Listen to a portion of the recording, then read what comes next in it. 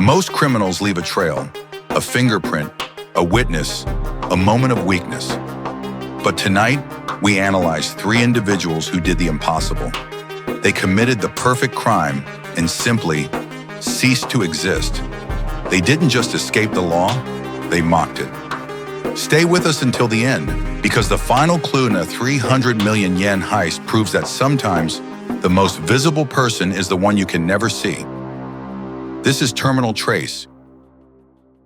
November 24th, 1971. A man known as Dan Cooper jumps from a Boeing 727 into a freezing storm with $200,000. No body, no parachute, no trace. But look at the evidence. In 1980, a boy found $5,800 of the ransom buried in a riverbank. The bills were degraded, but still rubber-banded. Forensic hydrologists argue the money arrived years after the jump. If Cooper died in the woods, how did the money migrate to the river? Or did he return to bury his own ghost? Today, we are opening one of the most baffling cold cases in American history.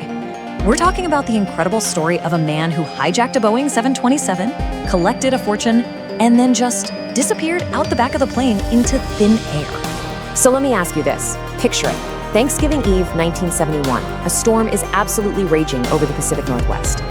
What would you do if you had 200 grand, but the only way to keep it was to jump out of a plane into a pitch-black, freezing wilderness?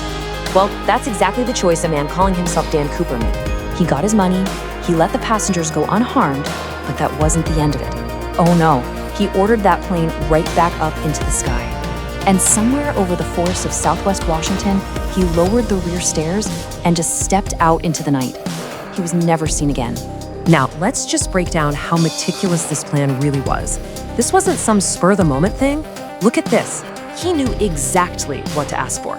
He specified the flight path, the altitude, even the wing flap settings. And his escape route? The 727's rear air stair, a feature most people, even some flight crews, had no idea could be opened in the middle of a flight. This guy had absolutely done his homework. And he got it. $200,000. To put that in perspective, that's over $1.6 million in today's money. But you know what's crazy? The second he jumped, the cash almost became irrelevant. The real story, the real mystery, was the man himself. So how in the world do you catch a ghost? That's the question the FBI was asking for decades. This guy, Cooper, he was a phantom. No fingerprints, no DNA, nothing. He even calmly asked for his handwritten bomb note back. It was almost the perfect crime. After one of the biggest and most expensive manhunts in U.S. history, that vast wilderness gave up pretty much nothing. But I said pretty much, because 2, and only 2 pieces of physical evidence from outside that plane have ever been found. And here's where the mystery really deepens. Because these clues, well, they don't solve anything. They just make it way more complicated. The first was a cheap clip-on tie he left behind on his seat. The second, a small bundle of the ransom money, discovered by a little kid almost a decade later. And believe me, they tell 2 very different stories. So years later, a team of citizen scientists got their hands on that tie, put it under an electron microscope, and what they found was just astounding. Tiny particles of pure titanium and other rare metals. Now, back in the 70s, this wasn't stuff you'd find in your garage. This points to someone working in a really specialized high-tech industry. Maybe, just maybe, an engineer at a company like Boeing. And then you have the money. In 1980, a boy digging a fire pit on a sandy riverbank found 3 rotting stacks of the ransom cash. It was a massive break in the case. But instead of answers, it just led to an even bigger question. Okay, get this. Geologists studied the area and said the money probably got there after a dredging operation on the river.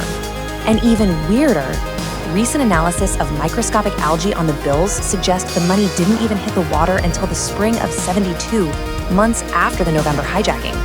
That just blows the whole "it fell out of his bag when he jumped" theory right out of the water. So what happened? Did he bury it there himself? With the physical evidence leading to dead ends, the FBI had to focus on the one thing they did have, the man himself. And his behavior on that plane told them a lot. He was not your typical hijacker. The crew described him as calm, well-spoken, a gentleman even. He ordered a bourbon and soda, paid his tab, and was never panicked. He knew exactly what he was doing. This was no amateur. When you add it all up, it paints a really clear picture. He knew the 727 systems, he knew flight procedures, he could even identify landmarks from the air while circling at night. He even knew how close a nearby Air Force base was. All of this led the FBI to believe they were looking for an Air Force vet, or at the very least, someone with a deep background in aviation. And this is the face that launched 1,000 investigations. Based on the flight attendants' descriptions, this is the best likeness we have of D.B. Cooper. For decades, this face has haunted this case, but it's never led to a positive ID. All right, so let's get into the suspects. Over the years, thousands of names have been checked, but a few have always risen to the top of the list. First up, Richard McCoy. He was a Vietnam vet and a skydiver who pulled off an almost identical hijacking just 5 months after Cooper's. I mean, the similarities were just uncanny. For a long time, many people thought he was our guy. But in the end, the FBI ruled him out. Eyewitnesses said he didn't match the description, and he had a solid alibi for the night of the original hijacking. Then there was Sheridan Peterson. He seemed to check all the boxes. He worked at Boeing in Seattle, he was an experienced smoke jumper, and man, he looked a lot like that sketch. He even enjoyed teasing reporters that he might be Cooper. But science doesn't lie. The FBI eventually developed a DNA profile from that tie, and it was not a match for Peterson. Another promising lead, another dead end. And that was the story of this case, over and over. Promising leads, tantalizing clues, compelling suspects, but every single time, the trail just went cold. So after 45 years of chasing a ghost, the FBI officially suspended the active investigation in 2016. It's not technically closed, but they're not actively working it anymore. They said they needed to focus resources on more immediate threats. Which brings us right back to the one question that started it all. Did he actually survive that jump? The arguments for no are pretty strong. Jumping at 10,000 feet at night into a freezing storm, wearing just a suit and loafers, it sounds like suicide. But then you look at the other side. He was competent, he seemed to know what he was doing with the parachutes, and later copycats proved that a jump like that, while incredibly dangerous, was survivable. In the end, D.B. Cooper isn't just a criminal, he's a legend. He is the architect of the only unsolved skyjacking in the history of commercial aviation. He literally jumped into folklore and never looked back. So did D.B. Cooper die in the fall, his secret buried under decades of leaves in the forests of the Pacific Northwest? Or did he walk away, a millionaire living under a false name for the rest of his life? The truth might be lost forever. So I'll leave you with this. Do you think he survived?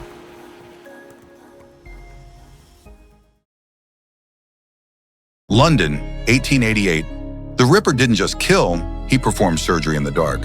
The precision suggests a hand trained in medicine. Yet in the most heavily policed district, he vanished after every strike. Look at the Goulston Street graffito, a message in chalk, wiped away by police before it was photographed. Was it a clue or a distraction? The Ripper wasn't a man, he was a shadow that lived between the gaps of a Victorian nightmare. For more than a century, one name has haunted the fog-choked streets of Victorian London. You know the name. It's a phantom, a ghost, whose real identity is still one of the most chilling mysteries in history: Jack the Ripper. And right from the very beginning, this entire case is built on a single, shocking contradiction. And that's really the question, isn't it? This is the paradox that has stumped everyone for decades. The murders all happened in the most impoverished, desperate slums of London. But the way the killer worked, well, the wounds suggested he had the kind of anatomical knowledge that you'd expect from a highly trained surgeon, not some random thug. And that one detail, that one contradiction, has fueled every theory ever since. So to really wrap our heads around this, we have to go back. We have to walk the same streets the Ripper did. Let's paint a picture. This is Whitechapel in 1888. It's a place just overflowing with people, absolutely crushed by poverty. For so many women, prostitution wasn't a choice. It was the only way to survive. The streets were this chaotic maze of dark alleys, packed-in lodging houses. I mean, it was the perfect hunting ground for a predator to strike and then just vanish. And it was right here, in this pit of desperation, that a brand new kind of horror began to crawl out of the woodwork, one defined by its incredible brutality and, somehow, its chilling precision. Just look at this timeline. Between August and November of 1888, 5 women, who we now call the canonical 5, were murdered. And look at those dates. 2 of them on the exact same night. The attacks came in this terrifyingly short, savage burst that sent a wave of pure panic across the entire city. They called it the Autumn of Terror for a reason. You see, these attacks weren't just violent, they were methodical. The throats were cut with these deep, clean slashes. But it was the other injuries, the removal of organs, often in near total darkness, mind you, that made police think, this guy knows what he's doing. He has some kind of surgical skill. And with every victim, the violence got worse, building up to the absolute horror show they found in Mary Jane Kelly's room. You're looking at what's basically the first criminal profile in history. A police surgeon, Dr. Thomas Bond, tried to get inside the killer's head. He didn't just see a murderer, he saw a man who was driven by these monstrous urges. A man who could probably seem normal most of the time, but was subject to these horrible periodic attacks of mania. Now, this profile, combined with that weird detail about his surgical skill, sent investigators down 2 completely different roads. It basically created this massive clash of social classes. Was the killer a local madman, or was he a lord? So on one side, you've got suspects like Aaron Kosminski. He was a local barber, he had a history of mental illness, and the police definitely had their eye on him. He fits that profile of a disturbed guy living right there in the middle of all the chaos. But then you have the other theory, the really chilling one, the gentleman killer. An educated man, maybe a doctor, or even an aristocrat, who would sneak into the slums to use it as his own private hunting ground. It tapped into this deep Victorian fear that the civilized upper class was hiding a monster secret. And here's a crazy twist for you. The very name that terrified the entire world was probably fake. The famous Dear Boss letter, the one signed Jack the Ripper, was sent to a news agency. But you know what? Most experts, both then and now, think it was a total hoax, probably written by a journalist trying to spice up the story and sell more papers. It was Victorian clickbait, and with that one letter, some reporter might have created the first true crime celebrity. For more than 100 years, the case just sat there. It went cold, a mystery locked away in the past.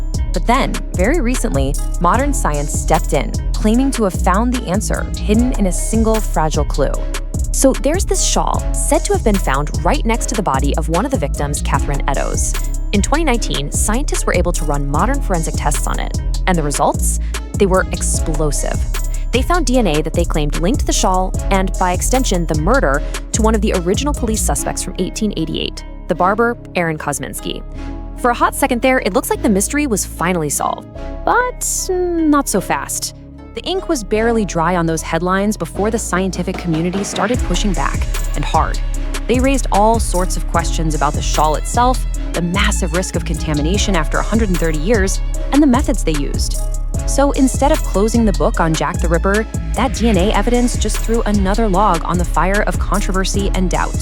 So where does all this leave us? Well, pretty much right back in the fog of 1888, with a killer who is still just a ghost.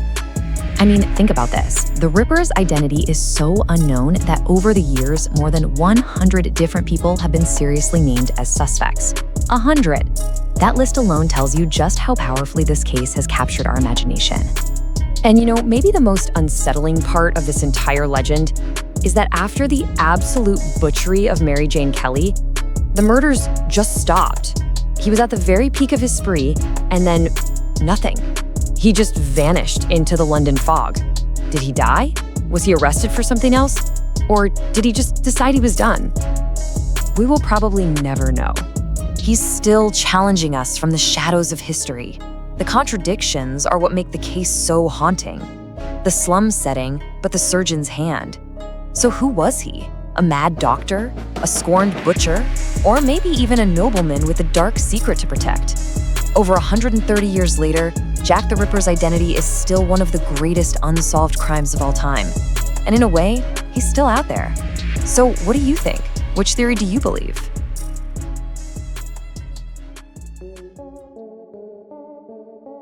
Tokyo, 1968. A man on a police motorcycle stops a bank truck claiming there's a bomb. Smoke flares erupt, guards flee, and he drives away with a fortune. He left 120 pieces of evidence, all common, untraceable items. This was a masterclass in psychological warfare. He knew the guards would trust a uniform. After the largest investigation in Japanese history, the statute of limitations expired. The money was never spent. The thief didn't want the wealth, he wanted the legend. And he won. Let me tell you about a case, the one that's been a ghost in the back of my mind for 50 years.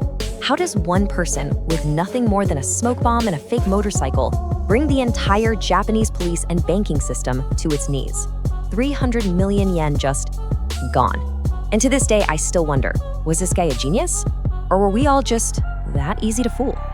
This case became my life's work. So today, let's you and I really dig in, right? This is the question that's been echoing for decades. Forget everything you think you know about heists, the guns, the high-speed chases. This was different. This was pure theater. It was a street performance so convincing it left an entire country absolutely stunned. You know, every investigation, every story has to start at the beginning, at the scene of the crime. So let's go back.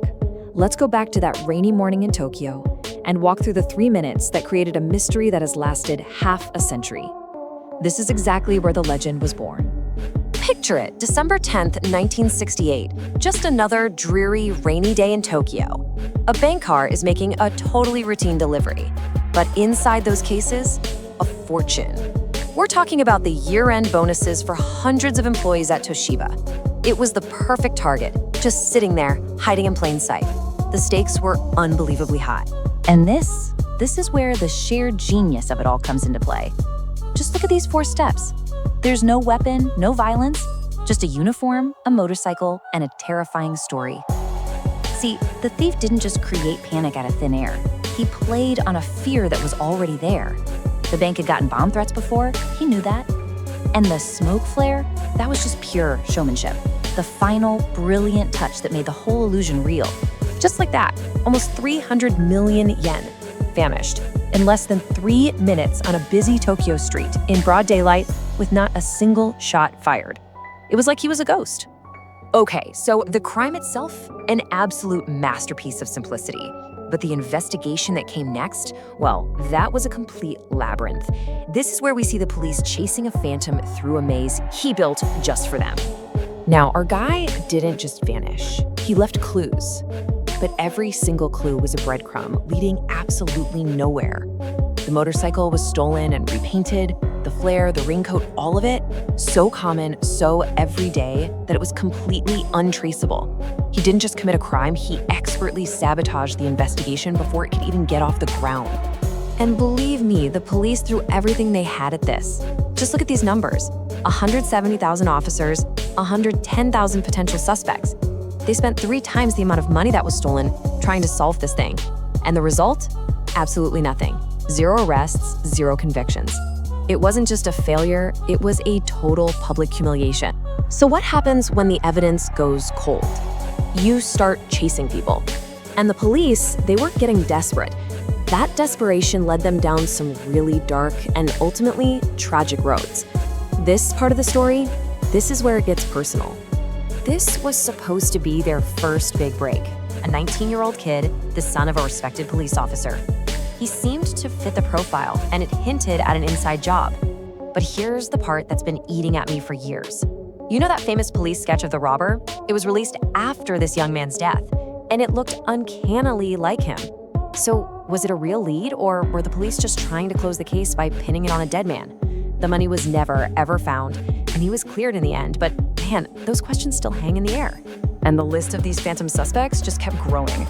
There was Suspect K, who looked exactly like the sketch but had an alibi that was impossible to break.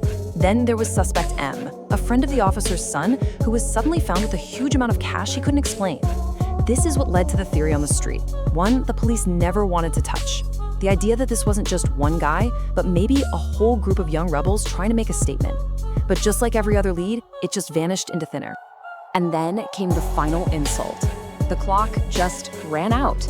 By 1988, the law itself said the thief was a free man. He could have written a book about it. He could have held a press conference on TV. And the police couldn't have laid a finger on him. But instead, he chose silence. And that, my friends, is the ultimate power move. That silence, that's the real key to all of this. It forces us to stop asking who did it or how they did it, it forces us to ask the one question that truly matters. The real mystery here is, why? Seriously, think about that for a second. An absolute fortune, stolen without a single flaw in the plan. And not one single yen ever turned up? Not one bill was ever spent? You pull off the crime of the century, and then you do nothing with the prize. Why go through all that risk, all that trouble, if you're not in it for the money? Over the years, this has led me to only one conclusion. The money was never the point. The heist was the point. It was a piece of performance art, a huge symbolic act designed to prove that the whole system, the banks, the police, the government, was just a fragile illusion. The money disappearing wasn't the prize. It was the punchline to the entire joke. The statute of limitations is long gone. Somewhere out there, our thief or thieves could be living a totally normal life, looking back on this one rainy morning as their personal masterpiece. So after all this time, I'm turning the case over to you.